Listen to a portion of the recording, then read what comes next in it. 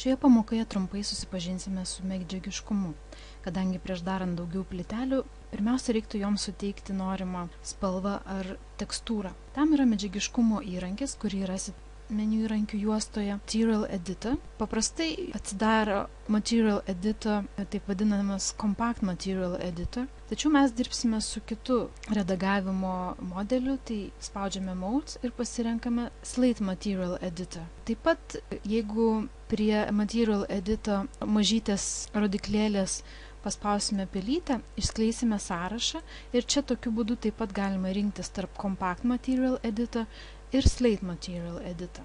Taigi pasididinkime per visą langą ir štai matome, kad Slate Material Editor sudaro tam tikros dalis. Tai pirmiausia turime meniu juostą viršuje, kairėje pusėje Material Map Browser. Jeigu jūs nematote šioje vietoje Material Map Browser, tuomet galbūt yra išjungta jo rodymo kortelė. Štai jeigu matote tokį vaizdą, tuomet tiesiog reikia pustelėti Material Map Browser mygtuką ir jisai vėl atsiranda. Taip pat čia yra Navigator ir Material Parameter Editor lentelė. Jeigu nematote taip pat ir Material Parameter Editor, tuomet reikia jungti Parameter Editor ikonėlę žemiau meniu juostos. Ir vėl atsiranda mūsų Parameter Material Editor. Pradžioje šone matote įvairias paletės medžiagiškumo pagal tam tikrus pavadinimus. Čia aš jau esu susikūrus savo pačios paletę pagrindiniai, tačiau taip pat pamokinsiu jūs susikurti greitai prieinamą paletę. Ir jeigu mes su pelyte tiesiog prabrauksime, matome daugybę įvairių medžiagų parinkčių. Dabar susikurkime savo paletę. Spauskime ant rodyklės esančios pro Material Map Browser užrašų ir spaudžiame New Group. Pavadinkime savo paletę Mano paletę ir spauskime OK. Štaigi susikūrėme naują paletę ir dabar į ją reikia nutempti įvairias medžiagas. Bet pirmiausia, nutempsime Vray Material. Tai įrašome į Search Vray MTL ir tiesiog nuspaudžiame ant šios medžiagos ir tempiame ją į mūsų paletę, kol pasirodo mėlyna juosta, atleidžiame pelytę ir štai Vray Material yra mūsų paletėje. Taip pat čia įsikelkime Bitmap Material, jį rasime šiek tiek žemiau.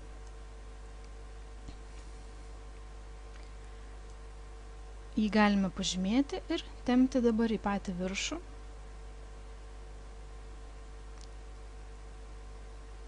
Ir galiausiai mūsų paletę. Taigi, tai yra dvi pagrindinės medžiagos, kuriomis daugiausia bus dirbama. Pasirinkime Vray Material ir tempkime į View 1 lauką. Dabar su pelytės rutuliuku pasididinkime vaizdą.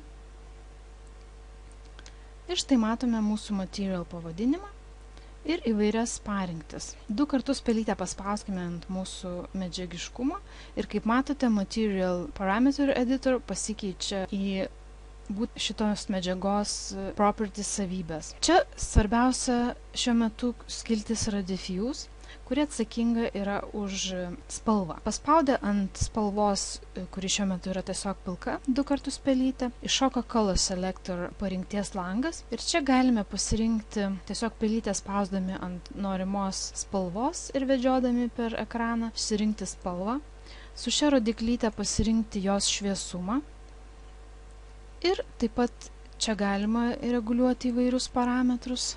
Galima skaičiais nurodyti spalvos kodus ir matome, kokia buvo spalva ir kokia šiuo metu yra pasirenkama. Tiesiog spaudžiame OK ir matome, kad mūsų spalva jau yra žalia. Sumažinkime Slate Material Editor. Ir dabar nutempkime mūsų medžiagą į vieną iš plytelių. Tai tiesiog paspauskime pelytę ant per vidurį esančio apskritimo. Tempkime pelytę į ekraną ir kai atsiranda voko tipo ikonėlė ties pelytę, atleiskime pelytę ir štai buvo priskirta žalia spalva. Kaip matote, spalva pasikeitė ir ekrane. Dabar grįžkime į mūsų Slate Material Editor ir jeigu mes norime padidinti ir matyti didesnį spalvos kamuoliuką, tai tiesiog spustelinkime 2 kartus ant spalvos ir štai jau mes matom žymiai didesnį vaizdą. Taip pat svarbu yra mūsų Material 27 šiuo atveju pasivadinti į kažkokį tai realų pavadinimą ir grįžtam į Parameter Editor ir čia užrašome grindų plytelė prieškambario. Ir kaip matote, pavadinimas pasikeitė ir ant mūsų medžiagos. Medžiagiškumą pažymėtam objektui galima pritaikyti ir kitaip, tai yra pažymėti norimą objektą.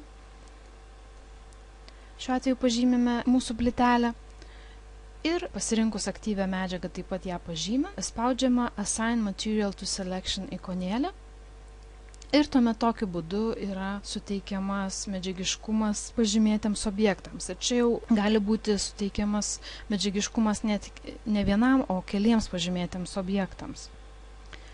Dabar galime šiek tiek padidinti plytelę ir spaudžiame Render Production.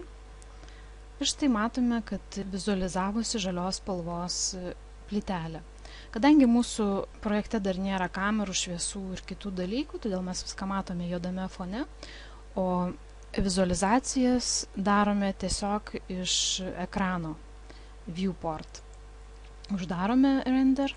Ir kadangi plytelėms mes dažniausiai turėsime įvairias tekstūras, kurias reikės joms priskirti, o ne konkrečią spalvą, tuomet grįžtam į savo Slate Material, spaudžiame M raidelę.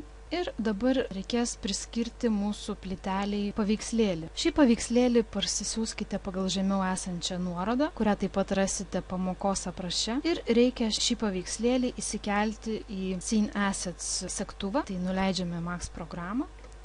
Ir atsidarome mūsų Images segtuvėlį, kuris yra Scene Assets segtuve. Ir pasirenkame mūsų parsisiųstą plytelę ir įdedame ją į segtuvą Images. Grįžtame į Max programą, spaudžiame Bitmap ir tempiame į View 1 lauką. Ir čia atsiranda Select Bitmap Image File lentelė, pasirenkame plytelę mūsų norimą, jokių kitų parametrų nekeičiame ir spaudžiame Open. Ir dabar 2 kartus paspauskime ant paveikslėlio, pasididina mūsų plytelė ir mes matome plytelės paveikslėlį ir visą jos raštą. Kad priskirtumėm plytelę, mes sujunkime plytelę su Diffuse Map ir štai mūsų plytelės vaizdas pasikeitė. Kol kas niekas nėra rodoma ekrane, todėl kad tokiu būdu yra taupoma programos atmintis, tačiau mes galime įgalinti, jog rodytų šią tekstūrą, tai paspaudžiame ant grindų plytelės medžiagos. Ir paspaudžiame ikonėlę Show Standard Map in Viewport. Ir štai atsiranda mūsų paveikslėlis. Lyg ir neriškus, pasididiname vaizdą, spaudžiame Render. Ir matome, yra vizualizuojama mūsų plytelė. Iš tiesų, mūsų medžiagiškumų dar reiktų daug ką reguliuoti, tačiau prie to grįšime vėliau.